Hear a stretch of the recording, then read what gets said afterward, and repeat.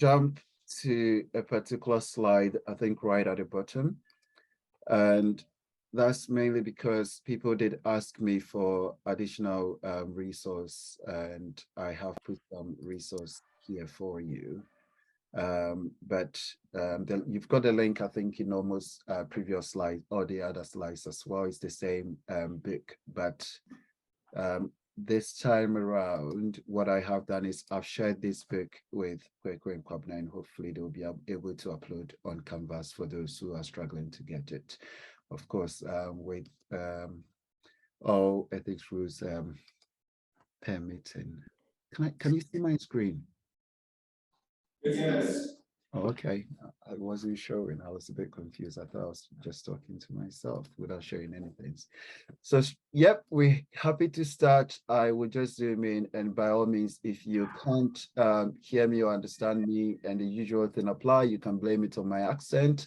Ask me in as many ways as possible, and I'll be more than happy to rephrase or even repeat regarding whatever works. It's more about your learning and less about me just talking to myself.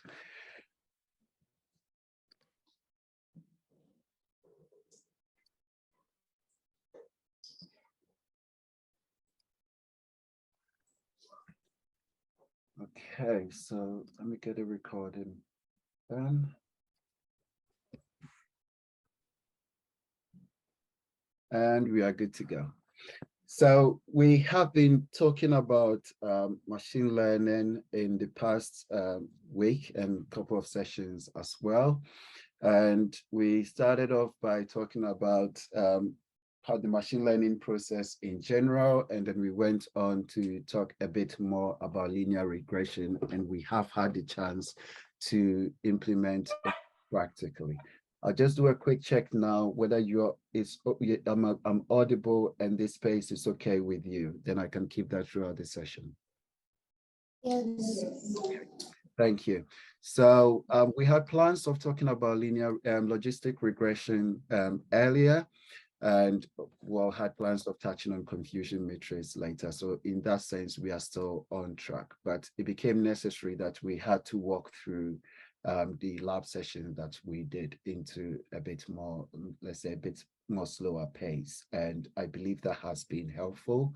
So far, I've got only one request to explain something, which hopefully I'll get a chance to meet the person outside the classroom as well. So I believe that's been helpful in terms of that revision. And for the lab session tomorrow, we get a chance to look at Titanic case study, but not necessary for today. So quick recap, we've looked at supervised learning mostly, where we have we had linear regression, simple linear regression sitting in there, but the whole idea is that we feed in a data input into the model, but this data is labeled with features. So we identify the features and it can tell maybe this is a shoe, or this is ankle boot, or that's a shirt, that's a bag. And then the model tried to learn from the patterns. We use that to train the data.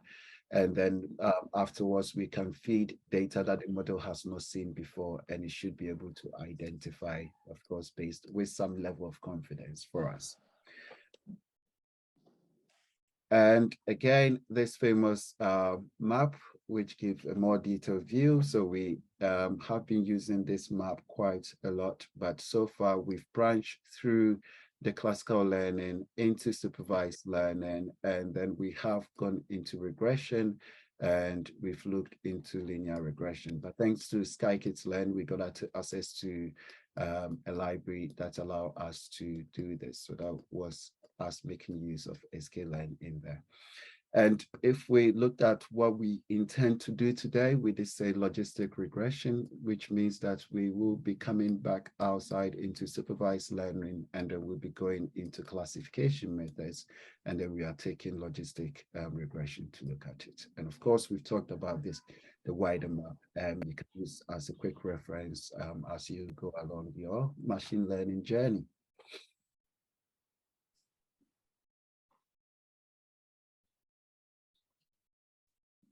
So I think I'll just skip this for now because the other map does a better justice to what we wish to describe here. But the next slide in here is, I think, is more useful. Again, notes from our own previous session.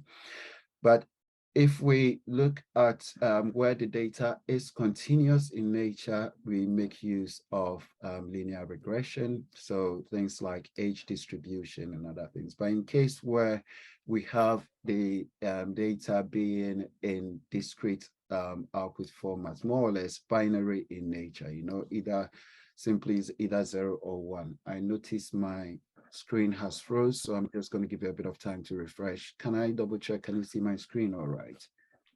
See mouse moving? Yes, Okay, good. Sorry, froze for a bit. So where we have data being very binary in nature, so we've got black or white, A or B, more or less, grouping, you are looking at classification instead of regression, not necessarily linear in nature. And we want to pick one of them, which is logistic regression, to help us do some form of classification. So that's what we'll be looking at in this session.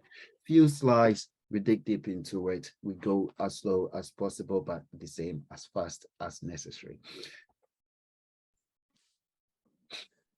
So simple linear regression, we basically had we had a y being the dependent variable, and then we say it depended on an x, and then we had to build a model that will help us draw a line of best fit in order to help us do the prediction, which we have done practically as well. So these are our actual data points, or our original data points, true data points that we have actually collected in terms of how the X reflected. And for our lab, we basically just used temperature as the feature, and then we had revenue, I believe. Then the line of best fit from even some simple questions we've had during the session simply means that after we train our model and then it comes up with the model for us, we can use it to make predictions for certain values. So things like we pick a data point in terms of a specific temperature value, we can use it to predict what kind of revenue we'll be making. And in order to do so, we had to figure out what the B and then the M were, the intercept and then the slope. So this became our model to try to draw this line of best fit for us.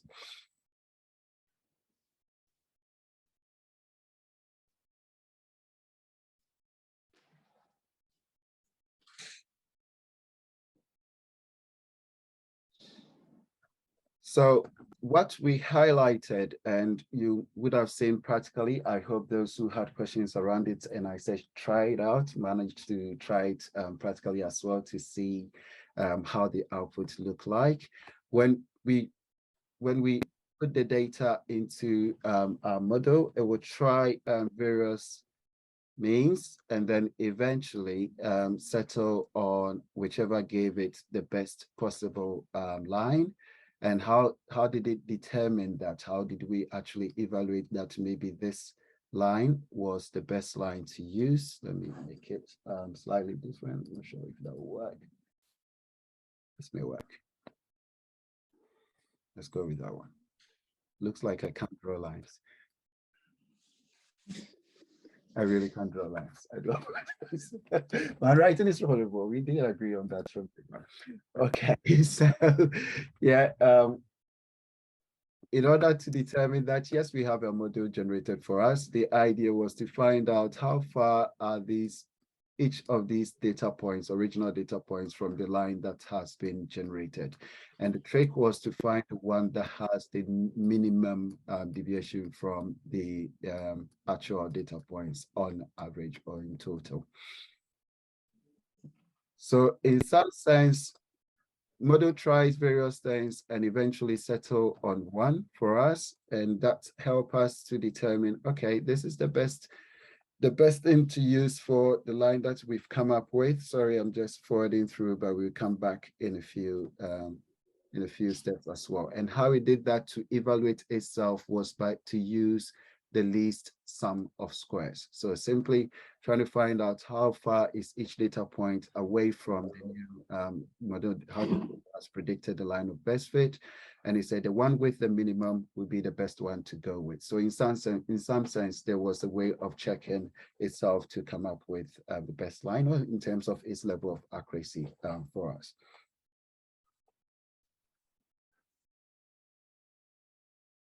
So hopefully this served as a good revision for us. Put something in the chat, just bear with me. I'll have a quick look and I'll put things on the side so we can actually go.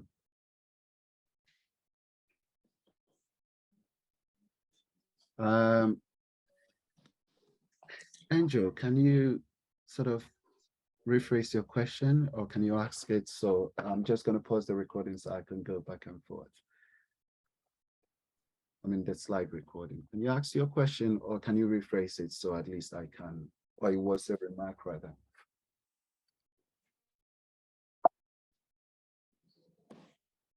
Oh, just a comment. Do you want to share with the class, or you rather?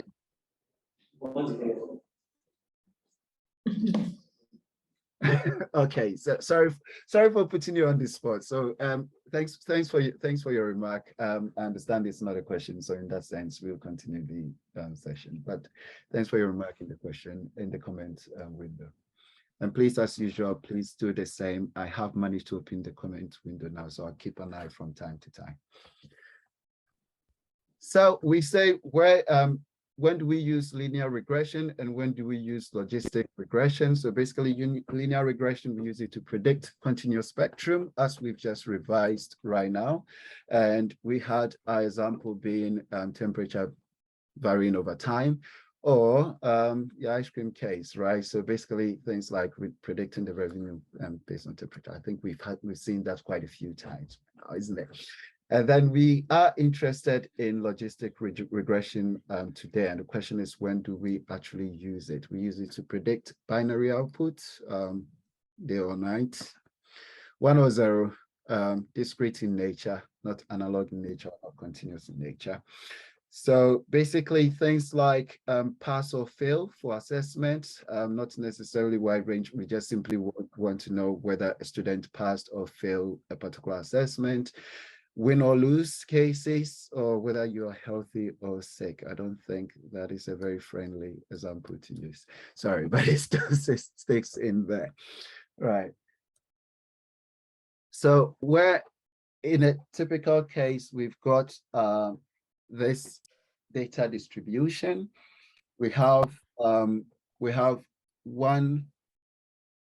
2, 6 being the average number of hours that students spend studying, and we want to let's just put all research findings and everything aside and arguments aside and say that as far as this particular data is concerned, it's kind of says that there's a correlation between the number of hours students spend studying and whether they pass or fail a module, or we can say this module, right? So we say if someone spends maybe 1 hour, they fail, 1.5 fail, 2 fail, but if they spend 3 hours or more, again, my screen has froze, so I'm just going to pause for a bit for it to resume. Yes, it has, and hopefully you can see my pen moving around. Yes, please. Good. So we have 3 or above, then that is a pass. So we've got again 3.25. We'll put this in question and fix it at some point. Should be 1 as well. Then we've got 4 being a pass, and then 5 being a pass. So we notice that the output itself, so it's just going to stick around somewhere here. Either you simply just fail, or you simply just pass the module. So just really sort of binary, just split, direct split classification in there. So if we map it onto the graph that we've got there, so we've got our students spend studying, and then we've got a distribution on there. Even if we choose to accept that, of course, this is the case, we have sort of a distribution where you notice that there's a clear cut. We've got distributions whether it's either a 0, and then we've got distribution there, whether it's a 1 as well. And that's also, of course, hours of studying against the pass or fail, similar to what we had before, like temperature against revenue. Quite similar, but the data itself is different. So we say, if we look at these particular data points, let's say after 3.5 hours, we go all the way to simply 1.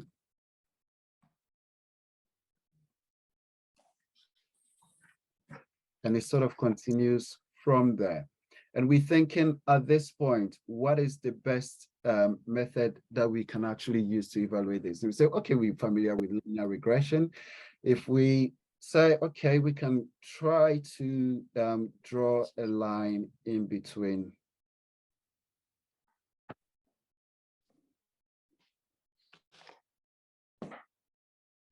there, from there to that point. Say, yeah, if there's a data point here, let me change it. If we try to use this model to predict the output, if at this point, maybe value of X, our model can predict something for us, anywhere between here. We can get some prediction made for us. We'll come back to how we determine whether it's a pass or fail later.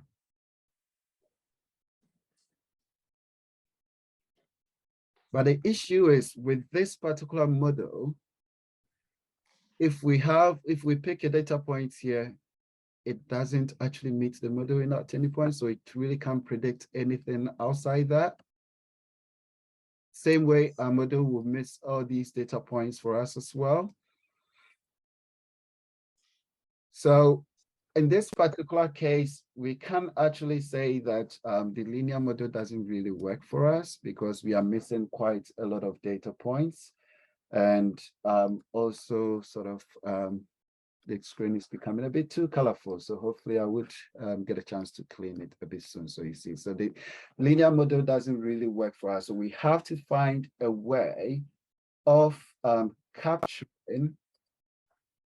We have to find a way of capturing all these data points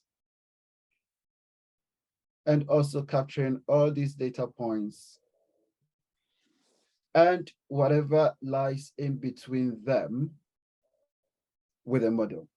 And that's where logistic regression comes in. So that's, we know we have, well, that's more or less something we have to do, but what is the model that we need to actually come up with in order for it to work? And this may be something we're already familiar with from our statistics classes, but still, let's talk through it anyway.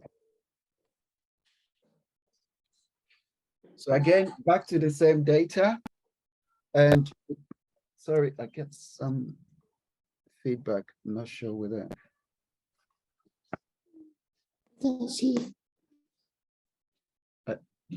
Are you okay for me to continue? Yes, please. Okay.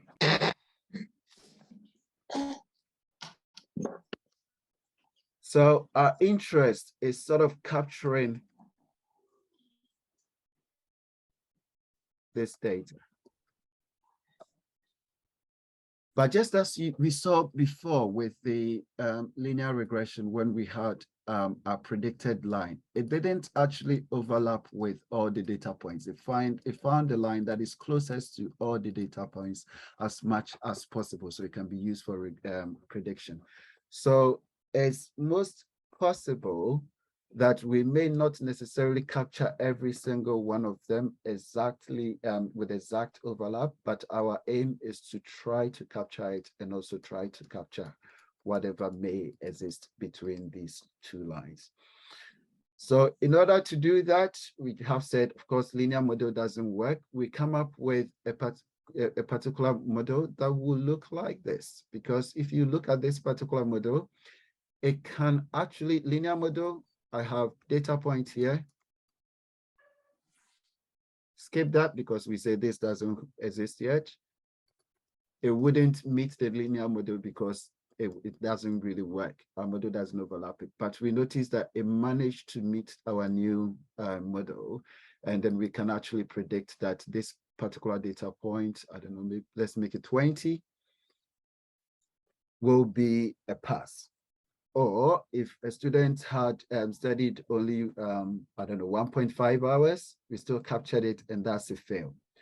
At the same time, if we look at anywhere in between, so if I go just one step back forward, I think it's a lot easier to use this one. So if I go anywhere in between, we still manage to capture some data points.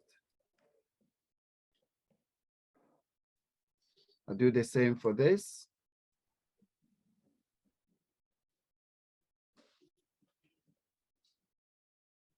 We managed to make some predictions. So far, so good. So what then do we use, or what kind of graph would you call it? It's just simply called a sigmoid. People may have slightly different pronunciation again. My screen has frozen, so I'll just give it a bit of time. It's time to refresh itself. Can you see my pen moving around? Yes. Good. Thank you. So if we want to see how to generate the sigmoid, we just simply start off by comparing the linear model. So the linear model, we had y equals b plus mx. Of course, we can just relabel b and m. So in this particular case, we've got b and m. So we've got b0 there, and then we've got b1, which b0 being b and b1 being our m. This helped us to generate our line, or our line of best fit at some point in terms of the line itself. So it's linear in nature.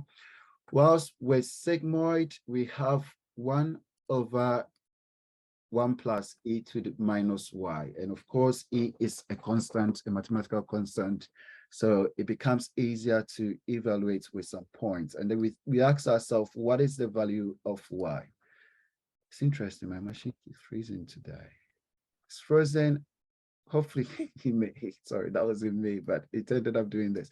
Hopefully you can see my pen moving around, so you can see my screen clearly again. Yes.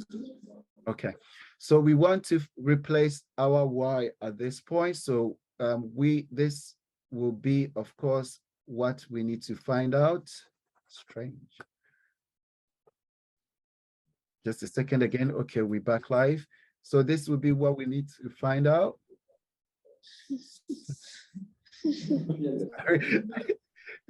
I don't know, we can't do this. Okay.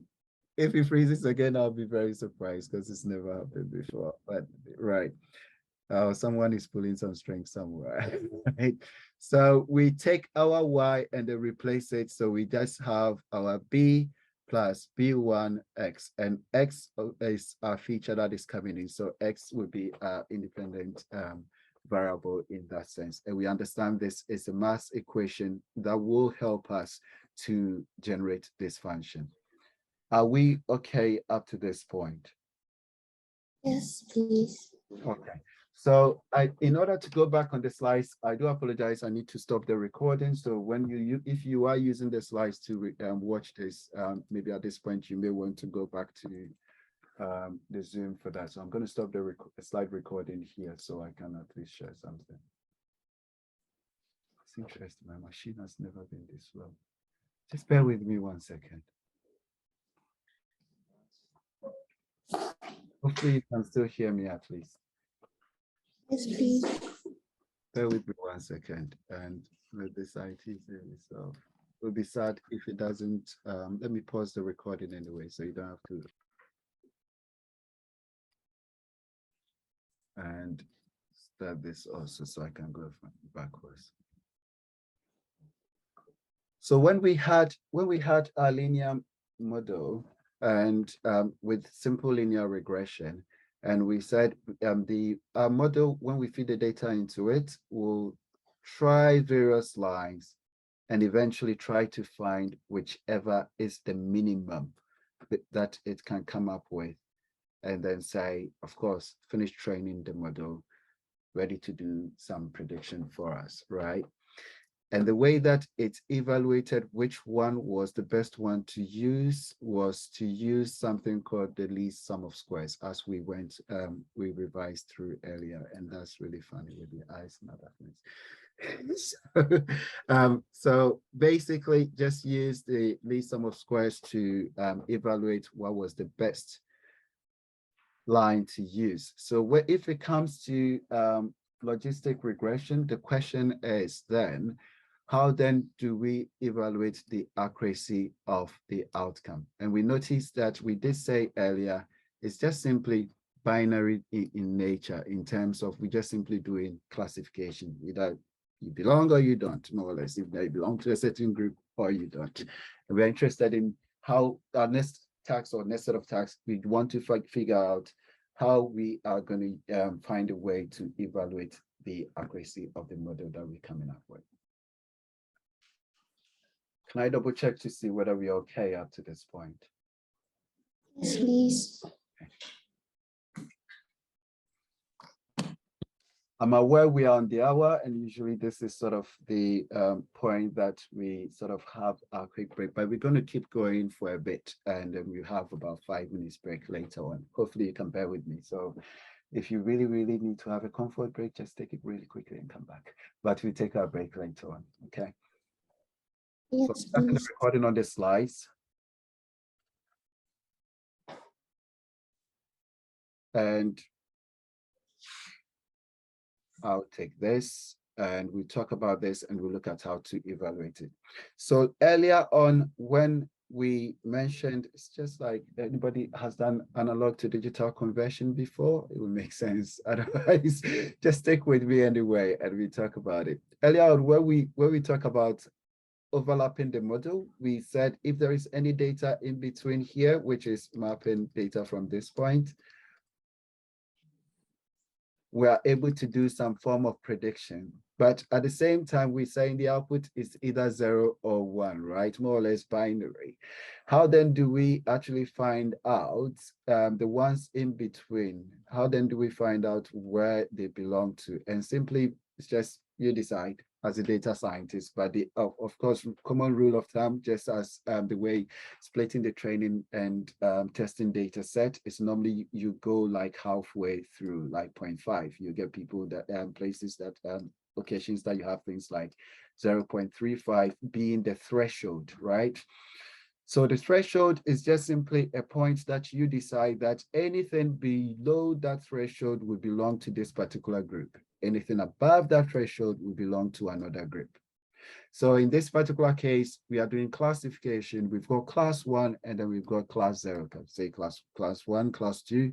But we've got two classes where one being the fail and the other being the pass.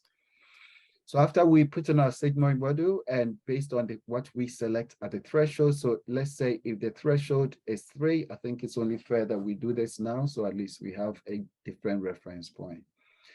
If the threshold is 3.5, then anyone scoring above 3.5 has passed in terms of number of hours they used to they input into their studies. So that would be a 1. And then any one getting below 0.35 will be, of course, reverted to 0 or fail. And it's easier because, you know, we're dealing with what probabilities at this point. And you know from your maths that your probabilities, you've got a range of 0 to 1. So it's easier to use for classification in this sense. If we are okay up to this point, we can talk about how to test things. Do we have any questions for me? No. Brilliant. So, logistic regression, how then do we actually test the accuracy of the model that we have come up with? And we use something like confusion matrix. You get different opinions about confusion matrix in terms of the fact that it can actually be confusing, or other people may actually tell you that, again, it froze, that's strange.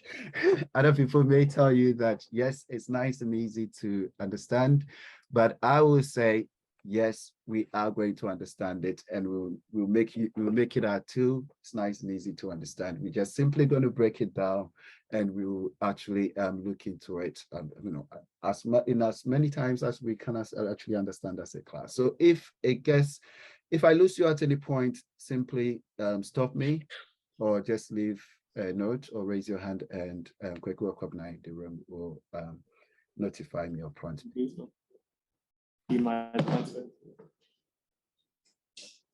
Sorry, somebody. Then can I continue? Yes, please. Okay. Yeah. All right. So basically, it's just a matrix. You've got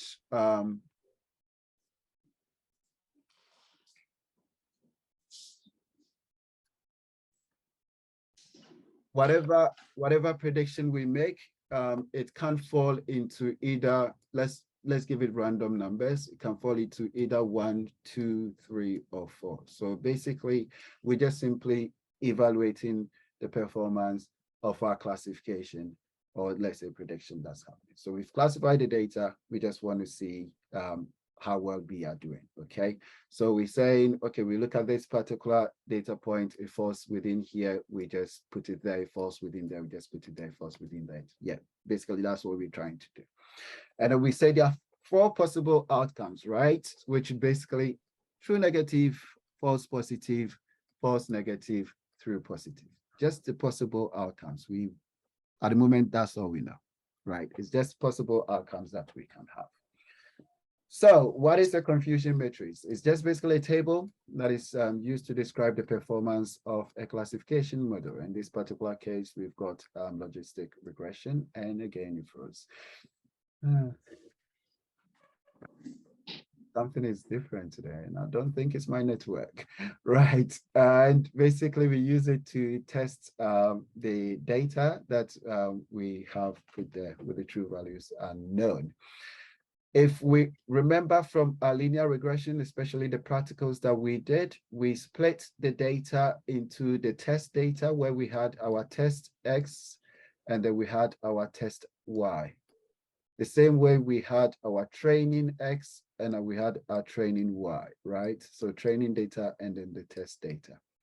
And basically, we just say we know what the X value at that point is, and we know what the Y value at that point is. And basically, the model tried to learn from this. And it had not seen this data before, which was the testing data. And then we just fed it into the model in order to also predict certain outputs for us. And then we knew the Y, so we can actually try to also compare it ourselves. So in this particular case, also, we just basically want to find out, okay, what we know the true values. We simply want to find out how well is our sigmoid model doing on linear classifier. Right, so we take true positive and we say, we make some predictions. Let's say we take COVID, for example, right?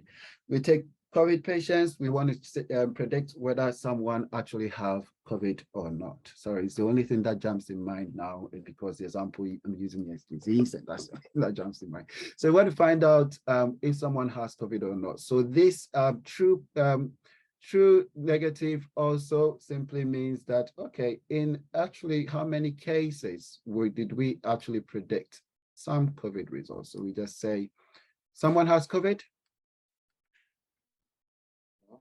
What are the possible outcomes? Okay, the possible outcome is that we feed it into our model. Our model actually found out that, yes, the person has COVID.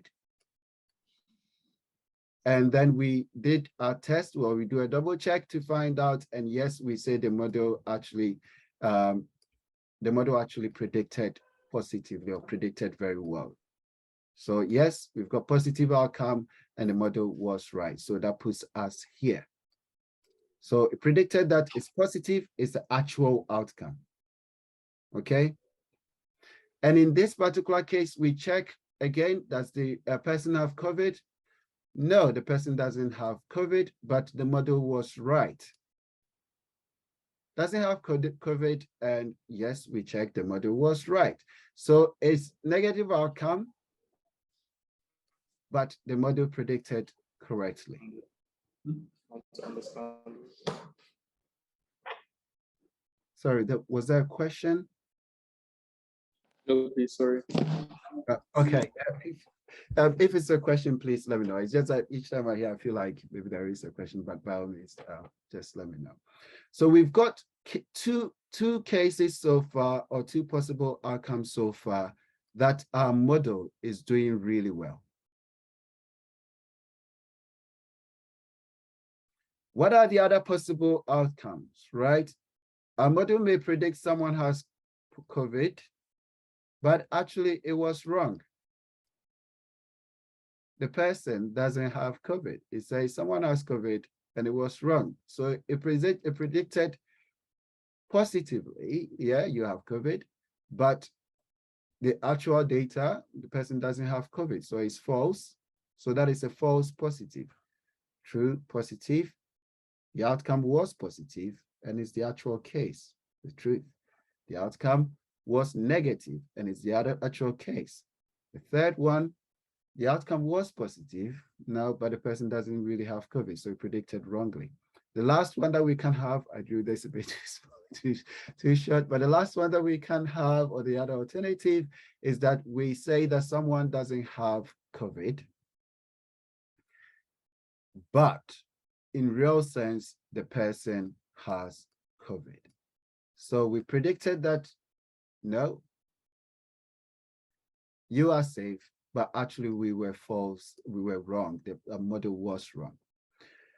So this takes us to cases where our model is not doing very well.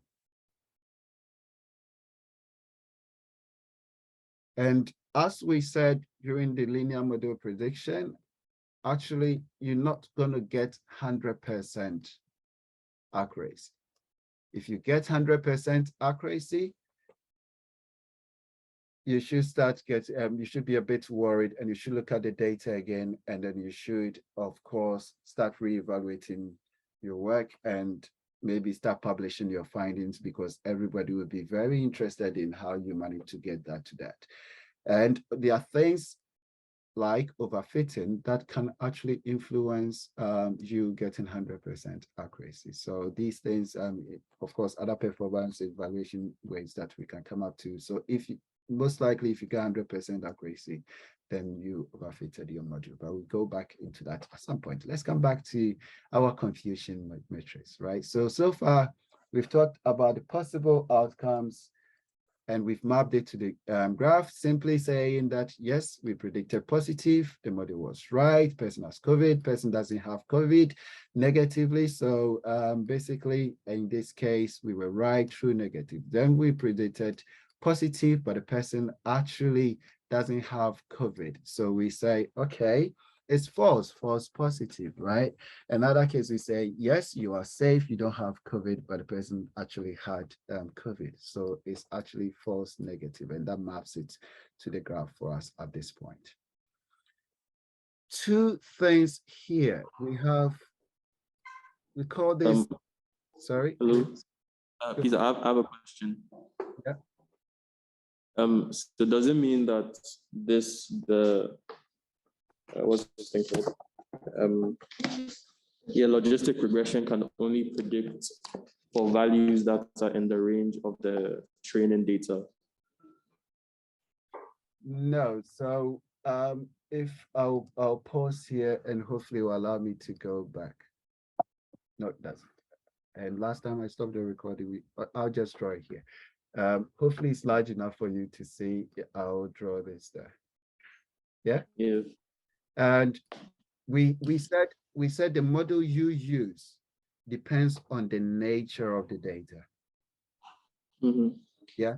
So by nature, the model data itself is sort of discrete in nature. It's binary in nature. Yeah. And we're using the sigma function providing prediction probability output for us. So we've got a range of 0 to 1. Yeah. So yeah, by nature, whatever we're going to get at this point have sort of this range, and our model looks something like this. Of course, it can continue. And when the data that we fed in earlier we had data points only around this point. Yeah. But if once we train our model, if we pick a data that is here, we'll still get a prediction. Okay. If we pick data that is here, sorry, I paused it. I shouldn't have done that. But we've got the recording on Zoom, right? If we pick a data point that is within this range, that is where we do something similar to the way we do analog to digital conversion. But anyway, so we just use a threshold to set whether it will be a 1 or 0. So we still capture as many data points as possible. I hope that helps clarify your question or answer your question. So that's okay. Can you please go back to the slide that had the hours of learning? Okay, so wait, I have to stop the recording altogether. Last time it froze. If you freeze, this is your fault. I was kidding. And oh dear, just bear with me. I really don't know what's happening on my side today. I think we know from previous weeks that IT on my side has been fair till now. Let's see. Yeah, I don't know what's up with my machine today. But just bear with me for a few minutes, and otherwise.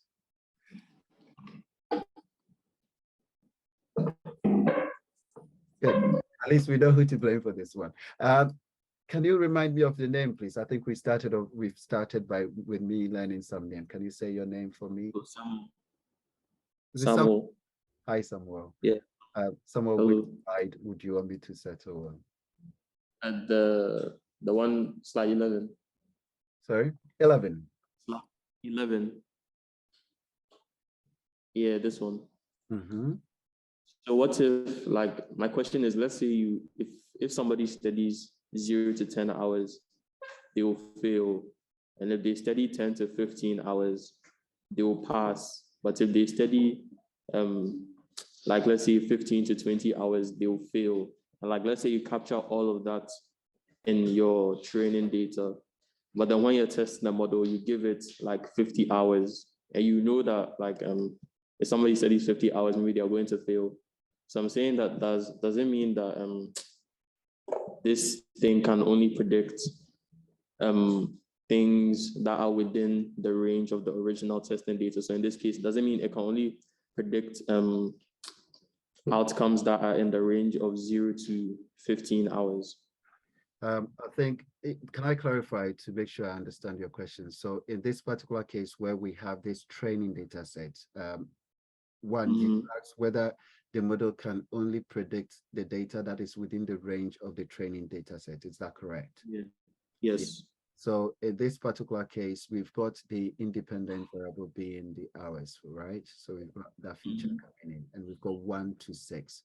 And what I was saying is that if you look at the next one, we has the overlap where we have the linear being compared to the logistics. So we're not really confusing ourselves with the linear with the logistics. The whole point of this graph was to prove to you that the linear doesn't give us the right range. But with the sigmoid, honestly, just continues. Anything beyond this point will still fall within 1. Okay, but it could be wrong. Yeah. That's in terms of right or wrong, that is why we are actually here. Does that make sense? Yeah, it does. Yeah, just to evaluate the possible outcome of the model, and then how we find out whether the model is doing really well or wrong, or well or not. And that we wouldn't have a false negative or false positive if it will never be wrong. The model is never 100% unless you've done over 50. Okay, so does that mean that you're more likely to get a correct prediction if your test is within the range of the training data? Well, I think how would I say it? It depends on how well your model is doing. But at the end of the day, if all you are doing is training the data, with, let me just do this so I can just bear with me. If all you are interested in is simply to mimic exactly what your data looks like, you are going to end up with this.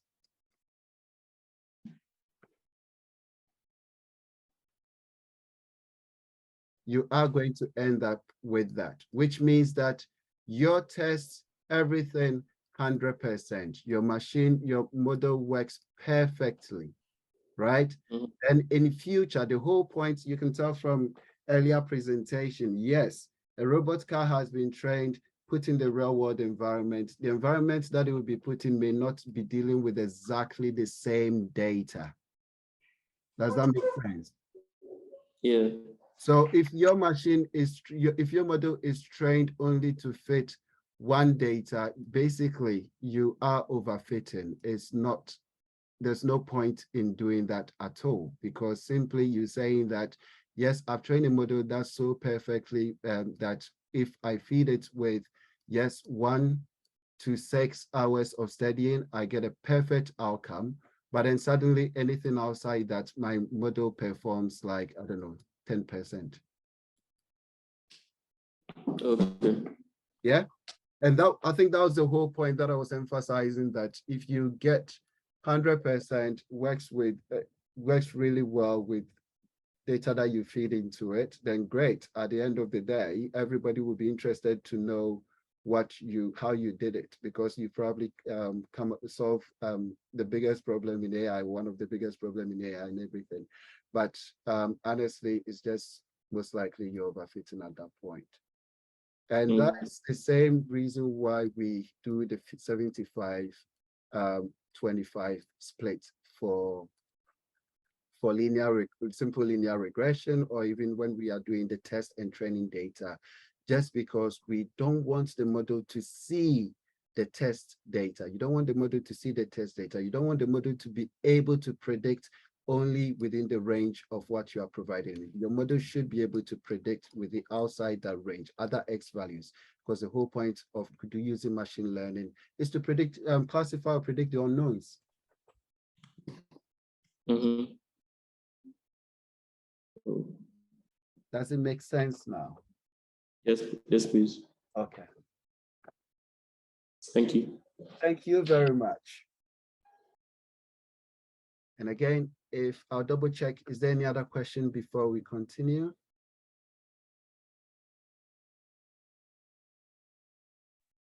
No, please. Okay, are you happy for me to continue, or we want to take 5? I think we can continue to the end. Yes, please. Yeah? Yes.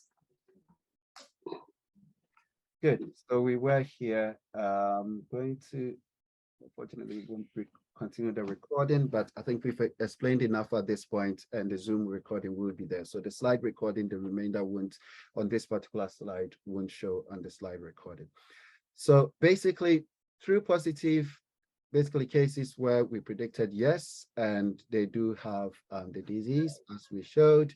And then true negative, we predicted that they don't, or we predicted no, and then they actually don't have it. And we started by saying that this one is actually called type 1 error, because we are making errors at this point because we predicted wrongly. And that type 1 error is the false positive. That is cases where we said someone actually don't have the disease, and in real sense, they don't have the disease. I think if you go to the hospital, anything, if someone is wrongfully diagnosed of having COVID and they don't have it, at the end of the day, maybe we just do another test. We say you're clean, or the doctors just simply re-verify you're clean, they're happy, they go. In the real sense, they don't have it. If this were to be something like cancer, and you are told that you have cancer, and later on they check and there is nothing, I'm pretty sure, at least I'll be a happy person. I'm pretty sure you'll be a happy person as well. Then type 2 error, where we simply say that in that case, we say that, yes, everything is fine. We say you don't have it, everything is fine, but in real sense, you have it. So you get type 2 error. And here's my question for you. Type 1 and type 2 error, which one do you think is more dangerous? Type 2. Why?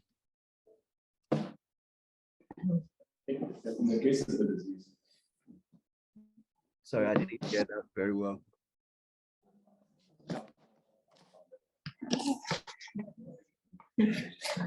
I've got some silence. We were saying type 2 might be more dangerous because in the case of the disease, someone with the disease may not know that they have it, and they may believe that they don't have it and tend to spread it. Wonderful. That's right on point. Sorry, can you say your name again, please? I don't think. Terrence, your boy. Say it again, please. Huh? You said say it again. Oh, yeah, Terrence. Was it Terrence? Yeah. Oh, no, and yes, I'm confused. It's Charles. Yeah, I'm only kidding. Oh, sorry, Charles. Yeah, Charles. Charles. Yeah, thanks, Charles. Yeah, so just as Charles have said, even if you put it in other words, if you tell someone you don't have the cancer, maybe, and especially if it is at a really dangerous stage or critical stage, you don't have cancer and you wrongfully predict, it can actually cause death or, well, with things that could probably be prevented. Or yes, in some case, the case of COVID, the person may end up spreading COVID to other people. Well before later, you say, actually, I was wrong. I'm sorry, you've got it. So false negative errors are actually more dangerous, and you want to avoid them as much as possible.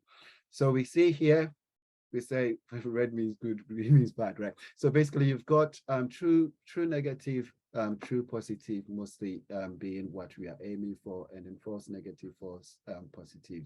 We don't want to aim for that. But of course, we're not going to jump to conclusions at that point, at this point, because there is more to the evaluation than we use the eye at this particular point in time. So we'll talk more about it as we go in.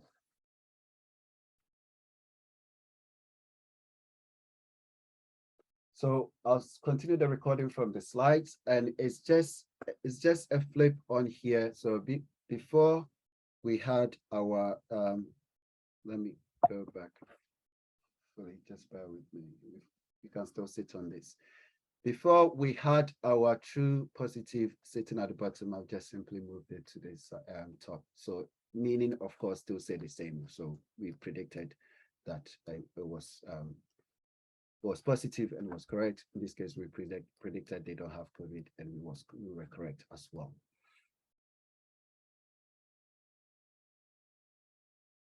And again, false positive, false negative sitting on there. And we did say that type 1 error, it's still an error though, don't get me wrong, but type 2 error being more dangerous than type 1 error in this particular case or this sense. Now we are on the hour again. I will pause for quick 3 minutes break. I think 3 minutes break fair, or 5 minutes break. Comfort break, just really quick comfort break and come back. 3 minutes, yeah? Or continue. If I hear continue, I'll be happy. So somebody say continue. Okay, let's take 3 minutes break then. I'll set it to 5 minutes. 5 minutes, come back. We still should be able to still finish in time. Starting my clock now. Just 5 minutes comfort break. Nobody said continue.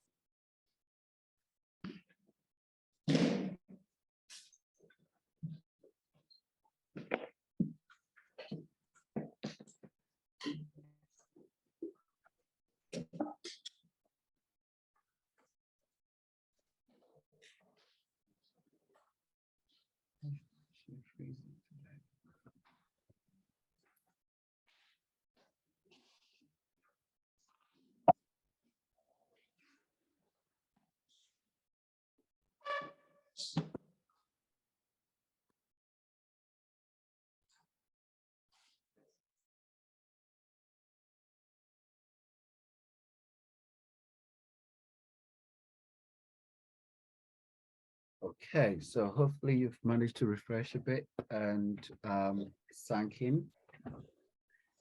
Can I double check with you? Can you hear me all right? And are you happy for us to continue? Please. Yes, please. I'll start the recording from here. I think I can delete that and set the recording.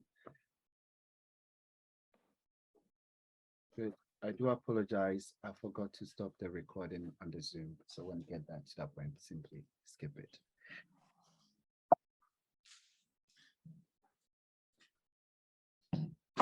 So we reached this point where we said, of course, we've got the true positive, true negative, and we've got false negative, false positive, and false positive being our type 1 error.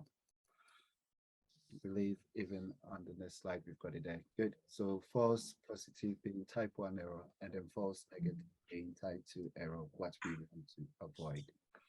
Now, if we consider this being our ground truth data, so basically what the nature of the data itself, in terms of the data point, we know that yes, the person has COVID. So this is what we know. We know the person has COVID, and we managed to say, of course, these are the positive side. So the true nature of the data is meant to be positive, and our prediction said it was positive. Okay, we had one good, and the data itself was negative, and our prediction also said it was negative. So in this case, also good. So any phrases? Just bear with me 1 second. And good, we're back up. So just mapping our ground truth against the predicted values on there, and we say green, good, and then we really want to try to minimize this as much as possible.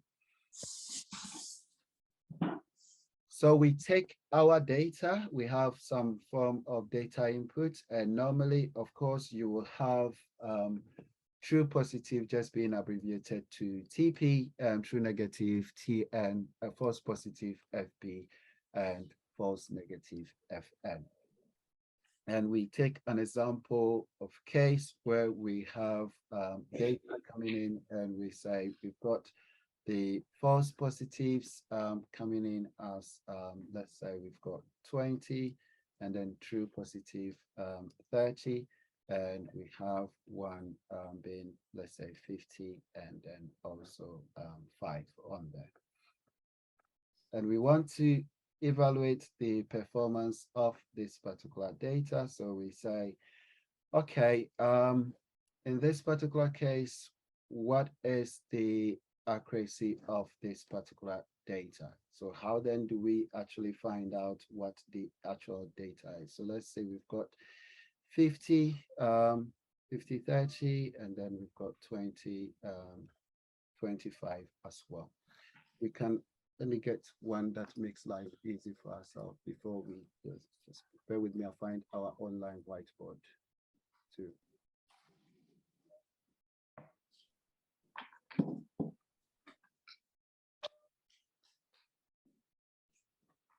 Get rid of this. Just bear with me 1 second. I will pull it up.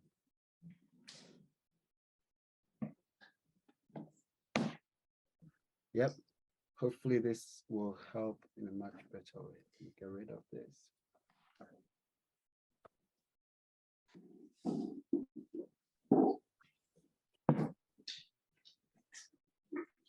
Yep. Hopefully you can see my whiteboard.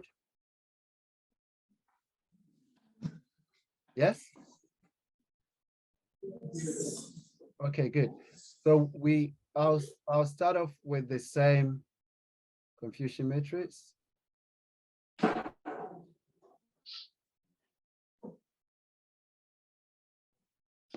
And we have our true positive. I'm just going to give some random examples that we can actually work with as well. So we have a true positive being about, let's go for 1. So in the case we predicted and it was 1, it was right. Yeah, so let's go for true positive being 1. And then we've got the false positive also being 1. So far we've got 2, and we will have our true negative being 90. And then we will set the false negative being about 8. So we've got 9,800. So good, we have like total percentage of 100, right? So we add total data points. Let me make it TDP for the sake of writing simply is 100. Now we say, let's say we know as a ground truth that we have 9 cancer patients.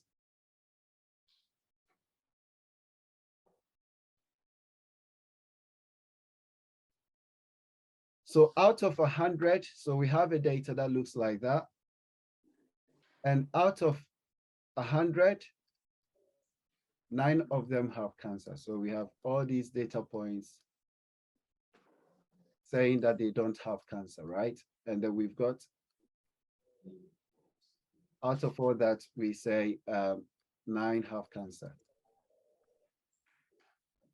which is a very small percentage of the data. So if you look at the data just straight, you notice the distribution, we've got a huge number of them who don't, and then a few that have, and that's what we are using as the data that we are dealing with. But after we trained the model, we noticed, and we did our test, we noticed that we've got 8 of them that we have said do not have cancer, but actually have cancer. Right? So if we say we want to find accuracy, if we find a way of, we say we want to determine accuracy, how we calculate accuracy, we say we take all the good parts, which is the true positive, the one that we want to encourage, and our true negative, the good parts. And then we'll divide it by the total that we have altogether.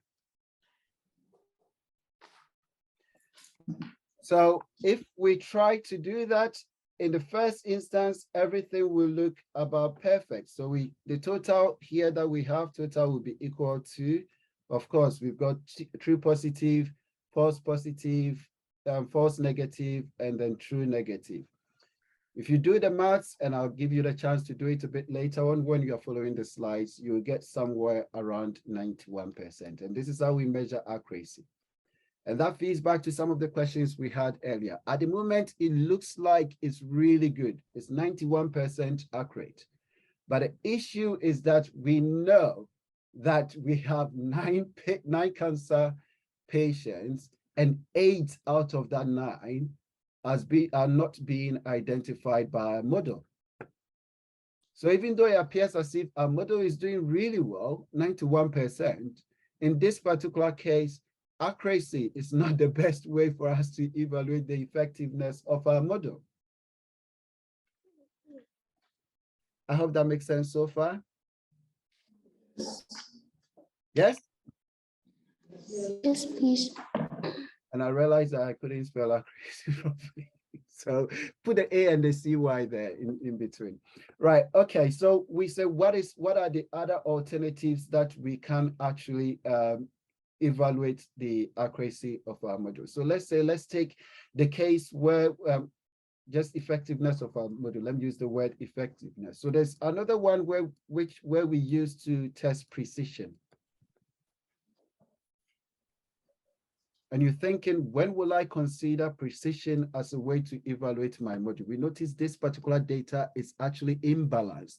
The distribution is imbalanced. You've got about 90% of the data, over 90% of the data actually being in one category and the remainder being in the other. So we say, how then what are the other alternatives that we can use to actually test the effectiveness? So in this particular case, we can say, let's look at the cases where the P's, right? Let's look at the positives.